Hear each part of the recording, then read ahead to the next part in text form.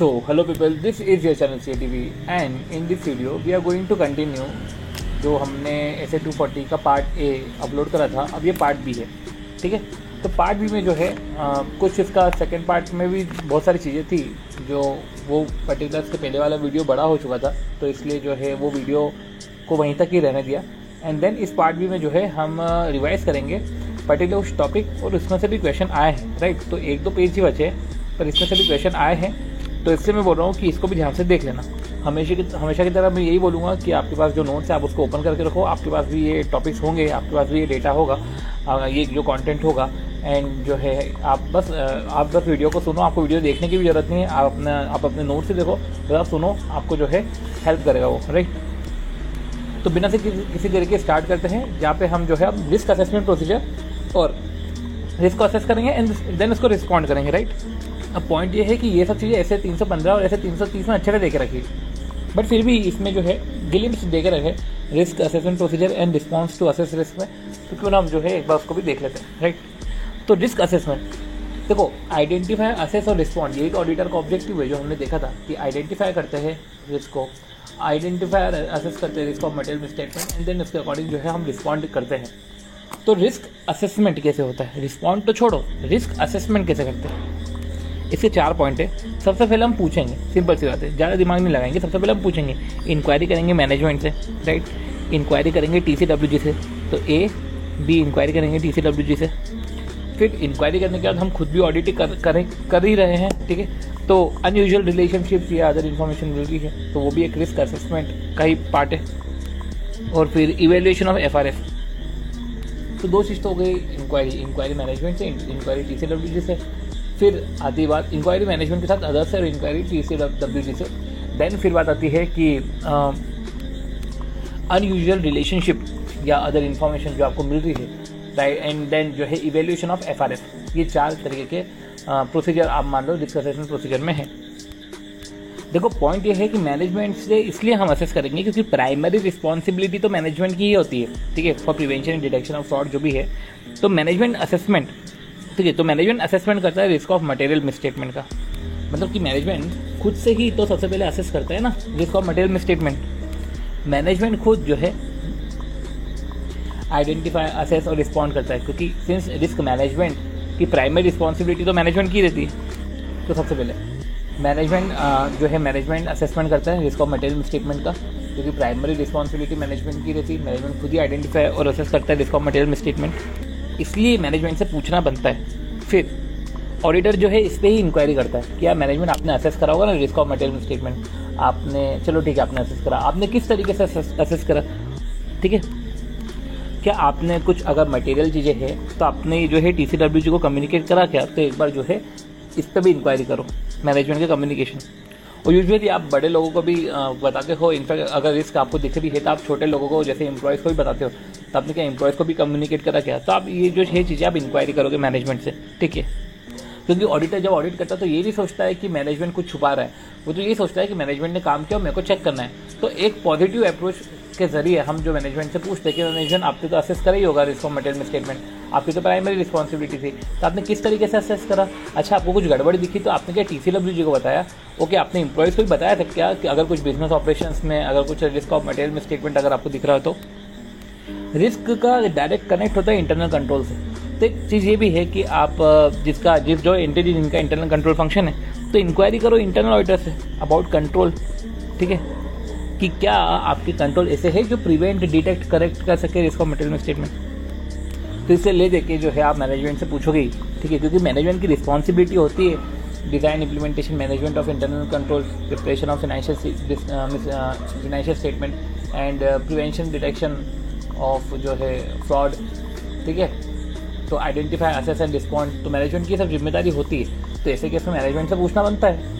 अगर मैनेजमेंट की जिम्मेदारी है तो मैनेजमेंट ने कुछ प्रोसेस फॉलो करी होगी, कुछ असेस करा होगा, रिस्क ऑफ मटेरियल मिसस्टेटमेंट में भी कुछ हुआ होगा, तो मैनेजमेंट ने कम्युनिकेट भी करा होगा। कंट्रोल्स के बारे में भी मेरे को मैनेजमेंट से पूछना ही पड़ेगा। तो ये सब आप मैनेजमेंट से पूछते हो क्योंकि उनका काम ही है ये करना।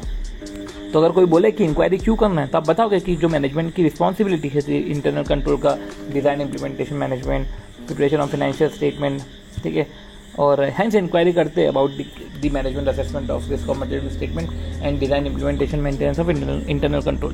देखते हैं कि वो ये internal control prevent detect correct करता है कि नहीं करता है रिस्क ऑफ मटेरियल स्टेटमेंट। अब पॉइंट ये है कि देखो मैनेजमेंट की जिम्मेदारी तो होती है, पर हमको ये भी समझना पड़ेगा कि जो मैनेजमेंट का असेसमेंट होता है, जो उसकी फ्रीक्वेंसी होती है, जो तरीके होते हैं, वो एंटिटी टू एंटिटी वेरी करते हैं, ठीक है। अब पर ये भी है कि एक रीजनेबल असेसमेंट तो होना ही चाहिए ना।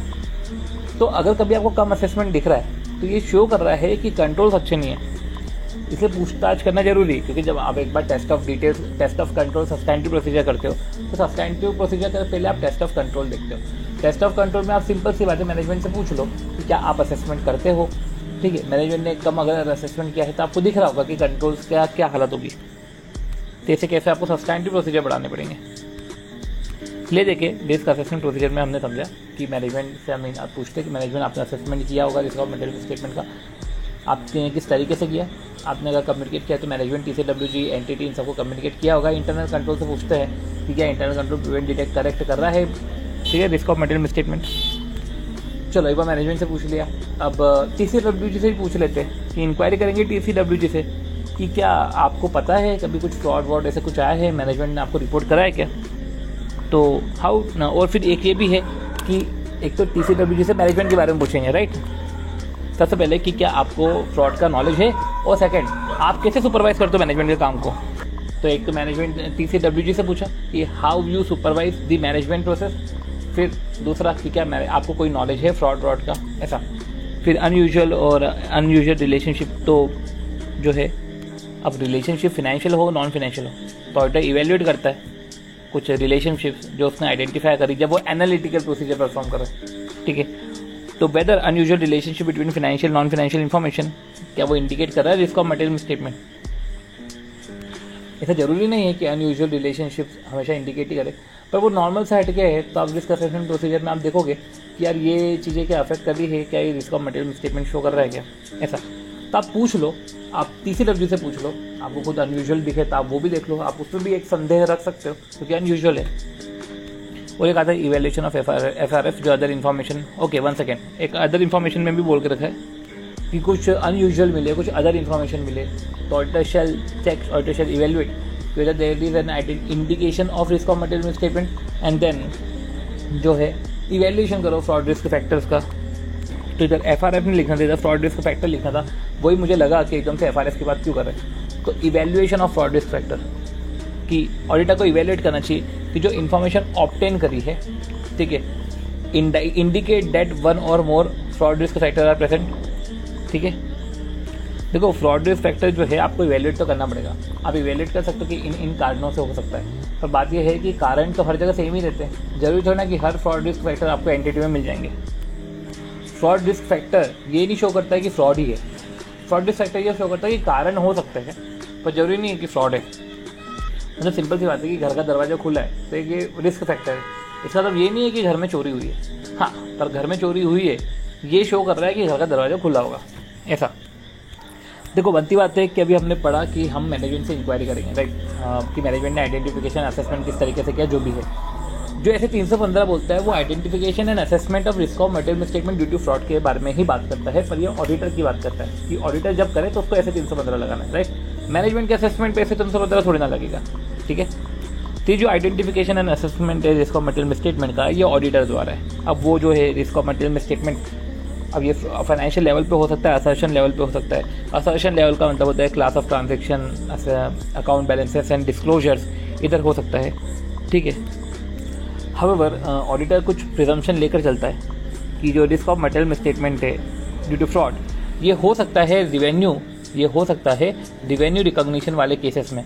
हैंस जो है वो इवेल्युएट करते हैं कि किस टाइप के रिवेन्यू ट्रांजैक्शन होते हैं, ठीक है। तो वो सारी ट्रांजैक्शन, टाइप्स ऑफ रिवेन्यूज़ के ट्रांजैक्शन, ठीक है, ये सब चीज़ें देखते हैं। और फिर ये भी देखते हैं कि रिवेन्यू लीकेज या रिवेन्यू के रिस्पेक्ट में जो रिस्क ऑफ मटेरियल स्टेटमेंट है इसको रोकने के लिए प्रॉपर कंट्रोल है कि नहीं है, ठीक है। तो ये सारे पॉइंट, ये बहुत ही जनरल पॉइंट है, इस पर कोई क्वेश्चन आया नहीं है। जो क्वेश्चन के आते हैं तो मैं क्वेश्चन का आपको बता ही देता हूँ, ये आपको कहीं ना कहीं क्यों दे के रखा होगा। पर जो भी है एक आइडेंटिफिकेशन एंड असेसमेंट में हमने बात करी बस कि 2 लेवल पे होता है, ठीक है। फिर ऑडिटर अज्यूम करके चलते हैं, प्रिजम्पशन है कि रिवेन्यू रिकॉग्निशन वाले आइटम्स होता है, इसलिए उन ट्रांजैक्शंस को प्रॉपर्ली देखा जाता है। साथ ही साथ जो है हम इनके कंट्रोल्स का भी चेकिंग करते हैं। अब इस पर रिस्पॉन्स करना, जब आइडेंटिफिकेशन असेसमेंट हो गया तो आप इस पर रिस्पॉन्स करोगे। तो response to risk of material statement, अब वो फाइनेंशियल स्टेटमेंट लेवल पे भी हो सकता है, असेसमेंट लेवल पे भी हो सकता है, असर्शन लेवल पे। जब फाइनेंशियल स्टेटमेंट के लेवल पे, मतलब एक बड़े लेवल पे हो रहा है risk of material statement, right, ये लेवल तो बड़ा है, तो ऐसे केस में आप क्या करोगे? जब एक बड़े लेवल पर रिस्क मिल रहा है तो आपको सब्सटेंटिव ऑडिट प्रोसीजर आपके काफ़ी हद तक बढ़ाने पड़ जाएंगे। आपको accounting policy of entity evaluate करनी पड़ेगी। तो इस पर ज़्यादा मैं चार्ट वार्ट या इसको मैं ज़्यादा याद नहीं करवाऊंगा, क्योंकि बहुत ही जनरल बातें चल रही है कि एक एक बंदे को अलोकेट कर देंगे, ऐसा कुछ इधर लिखा हुआ एलोकेशन ऑफ पर्सनल, ऐसा है कि ऑब्वियस और बात है, क्योंकि ज़्यादा रिस्क है। तो ऐसे केस में जो है अकाउंटिंग पॉलिसी का भी इवैल्यूएट करोगे, एक एंटी इमेज सरप्राइज एलिमेंट डालोगे, पर असर्शन लेवल है तो उसमें जो एक नॉर्मल फर्दर ऑडिट प्रोसीजर आप जो है इनहेंस कर दोगे। कुछ अदर पॉइंट्स है जो समझना जरूरी है, राइट, और एक गाइडेंस नोट जिस पर क्वेश्चन भी आया था, राइट, ये भी देख लेते हैं। अब देखो, कभी जब है ऑडिटर को लगा कि कुछ गड़बड़ है और ऑडिटर बोलेगा कि आप अपने फाइनेंशियल इन्फॉर्मेशन को एडजस्ट करो, और इन केस जो है इस मैनेजमेंट डिफ्यूज, अगर मैनेजमेंट मना कर रहा है कि मैं एडजस्ट नहीं कर रहा फाइनेंशियल इन्फॉर्मेशन, जो है आपको जो करना है करो, जो भी है मैनेजमेंट मना कर रहा है, refuse to adjust financial information, तो ऐसा नहीं है कि आप डायरेक्टली ही जो है ओपिनियन दे दोगे। सबसे पहले आप वो बातचीत करोगे, डिस्कस करोगे, ठीक है, मैनेजमेंट की रिलायबिलिटी चेक करोगे कि evaluate the integrity of the written representation, क्योंकि मैनेजमेंट ने इस सेंस में मना कर दिया। तो जो पहले मैनेजमेंट से अपने रिटर्न रिप्रेजेंटेशन लिए थे, तो हो सकता है कि उसमें भी कुछ फ्लॉ हो, तो आप पहले डिस्कस करो उस पॉइंट पे। फिर रही बात है, आपने एक डिस्कशन करा, फिर आप ये भी देखोगे कि रिटर्न रिप्रेजेंटेशन में भी इंटीग्रिटी फिर जो है डाउट क्रिएट हो रहा है। और फिर थर्ड है कि इवेल्युएट करो इंटीग्रिटी, मतलब वही इवेल्युएट करो रिटर्न रिप्रेजेंटेशन इंटीग्रिटी, और ठीक है। अब फिर आप जो है ले देके आप देखोगे कि इसका मेरे ओपिनियन पे क्या इफेक्ट हो रहा है, how this impact on the audit procedure जो भी है, और फिर आप जो है अपने ऑडिट प्रोसीजर एक्सटेंड कर दोगे। और अगर एक्सटेंड करके भी जो है आपको अगर ये संतुष्टि नहीं मिल रही है कि मिस स्टेटमेंट मटेरियल नहीं है, मतलब आपको अभी भी लग रहा है कि मिस स्टेटमेंट है, जैसे कहते हैं क्वालिफाइड या एडवर्स ओपिनियन आप दे दोगे, ठीक है। तो सिंपल सी बात है, जैसे कि अपन ने लिमिटेशन इन स्कोप में पढ़ा था कि मैनेजमेंट जब बना करे तो मैनेजमेंट से बात करो, रिटर्न रिप्रेजेंटेशन की रिलायबिलिटी चेक करो, इंटीग्रिटी चेक करो, फिर ऐसे केस में जो है डिटरमाइन करो इफेक्ट ऑन दी ऑडिट, या हम ऐसे 600 की सीरीज़ में भी देखेंगे। और फिर हमारे ऑडिट प्रोसीजर एक्सटेंड कर देंगे, और फिर भी अगर हमको लग रहा है कि मिस स्टेटमेंट तो है, ठीक है, मटेरियलिटी तो है, ठीक है, इमटेरियल नहीं लग रहा है, मिस स्टेटमेंट मटेरियल तो है। अब वो परवेसिव होगा तो एडवर्स हो जाएगा, परवेसिव नहीं होगा तो क्वालिफाइड ही रहेगा। पर आपको अभी भी लग रहा है कि मिस स्टेटमेंट मटेरियल है, क्योंकि मैंने एक्सटेंडेड ऑडिट प्रोसीजर लगी और मेरे को ऐसा अभी तक नहीं लगा कि मिस स्टेटमेंट मटेरियल नहीं है, तो ऐसे केस में जो है बनती बात है, फिर जो है आप क्वालिफाइड और एडवर्स ओपिनियन दे दोगे। फिर आता है गाइडेंस नोट, एक audit of cash and cash balance में, क्योंकि आप कैश का आप ऑब्वियसली कैश बैलेंस भी चेक करते हो, कैश बैलेंस का भी ऑडिट तो करते ही हो, इससे गाइडेंस नोट है। तो ऐसा बोला गया है कि अगर एंटिटी मेंटेन करते हैं ना हाई लार्ज बैलेंस है, ठीक है, तो आप ऐसे केस में बनती बात है सरप्राइज वेरिफिकेशन करो, ठीक है। तो क्या करोगे आप, कैश इन हैंड जो है उसको बुक बैलेंस से चेक करो, ठीक है। और अगर मैच नहीं हो रहा है, देखो चेक करो, और मैच हो गया तो अच्छी बात है, नहीं हो रहा है तो भैया सीक एक्सप्लेनेशन लो कि भाई मैच क्यों नहीं हो रहा है, क्या दिक्कत है। तो क्या बोल रहे हैं कि लार्ज बैलेंस है, सरप्राइज वेरिफिकेशन करो, चेक कर लो, चेक हो रहा है अच्छी बात है, नहीं तो पूछ लो कि भाई ऐसा हमको तो लार्ज बैलेंस था, हमको लगा चेक कर लेते हैं, सरप्राइजली चेक करा, हमको तो कुछ ऐसा मिला नहीं, ठीक है, टैली तो हुआ नहीं, आप एक्सप्लेनेशन दे दो, एक्सप्लेनेशन सेटिस्फैक्ट्री है तो अच्छी बात है, नहीं तो ऐसे केस में डिस्क्लोज करो फैक्ट कि कोई ये मैच नहीं हो रहा था। इधर जो FRF है, इधर फ्रॉड रिस्क फैक्टर है, इसको फाइनेंशियल रिपोर्टिंग फ्रेमवर्क में मान लेना। एक क्वेश्चन था कि अभी अपन ने फ्रॉड रिस्क फैक्टर देखे थे, राइट, ये फ्रॉड रिस्क फैक्टर देखे थे which arise to misstatement. क्या मिस स्टेटमेंट होते हैं तो भाई फ्रॉड रिस्क किस कारणों से मिस स्टेटमेंट हो सकते हैं, राइट। तो ये हमने समझा था कि भाई इंसेंटिव और प्रेशर है एक फ्रॉड कमिट करने का, प्रेशर वर्क प्रेशर भी हो सकता है, वो पर्सनल फाइनेंशियल ऑब्लिगेशन भी हो सकती है, राइट। या प्रेशर नहीं है, मतलब रैशनलाइज कर देता हूँ हर एक्ट, तो मेरा एक ACE attitude character ethical values ही ऐसे है कि मैं leads to commit the fraud and pursued opportunity, या तो मेरे को अपॉर्चुनिटी मिलती है कि जो भरोसेमंद हो, जिसमें जो है इंटरनल कंट्रोल, जिसको वीकनेस पता हो, जिसको कमजोरियों का पता हो। इनफैक्ट ऑनेस्ट पर्सन भी ये कर देता है अगर एक सफिशिएंट प्रेशर डाले तो, ठीक है। फिर हमने ये भी देखा है कि जो मिस अप्रोप्रिएशन है जो भी है वो हाई वैल्यू आइटम्स में ज़्यादा होता है, जहाँ पे इंटरनल कंट्रोल वीक है, जहाँ पे सेग्रीगेशन ऑफ ड्यूटी नहीं है, तो ये जो है मिस अप्रोप्रिएशन इधर ज़्यादा होता है। ठीक, तो यही एक क्वेश्चन था कि फ्रॉड रिस्क फैक्टर बताओ विच लीड टू जो है फ्रॉड रिस्क फैक्टर बताओ कि जिस फैक्टर से मिस स्टेटमेंट अराइज होता है। ठीक है, तो देखो इसमें भी जो है fraud risk factor relating to which relate to misstatement arise from misappropriation, मतलब कि मिस अप्रोप्रिएशन हो जाते हैं। ऐसे क्या फ्रॉड रिस्क फैक्टर है जो ये शो करते हैं कि भैया ये यही कारण है जिसके कारण मिस अप्रोप्रिएशन होता है। देखो सबसे पहले तो यार ये तो यार सेम ही होना चाहिए आंसर, बट फिर भी कुछ पॉइंट एक्स्ट्रा थे। एक क्वेश्चन में ये ऐसा आया था कि incentive and pressure to commit fraud, वो तो ठीक है, एक ये अपना हो गया। फिर एक ये पॉइंट था कि जो हमने तो उधर 3 पॉइंट पढ़े थे, इंसेंटिव और प्रेशर टू कमिट फ्रॉड, फिर हमारा रैशनलाइजेशन ऑफ एक्ट और परस्यूड अपॉर्चुनिटी। एक ये बोल सकते हैं कि adverse relationship of entity and employ. तो मुझे लगता है कि आंसर तो पूरा सेम ही है। ये एडवर्स रिलेशनशिप आप लिख दो कि adverse relationship entity of employ का, कि आपको एम्प्लॉय को आप जो है फैसिलिटी दे रहे हो, रिवॉर्ड नहीं कर रहे हो, पनिश कर रहे हो। ठीक है, कंपेंसेशन में वेरी हो रहा है। ठीक है, प्रॉपर, हाँ वही मतलब प्रॉपर रिवॉर्ड नहीं हो रहे हैं। तो यही देख लेते हैं। ठीक है, कि यही पॉइंट ज़्यादा सही है। तो इधर मिस अप्रोप्रिएशन में अपन बोल सकते हैं कि भाई हाई वैल्यू आइटम्स होते हैं तो उनमें जो है मिस अप्रोप्रिएशन होता है।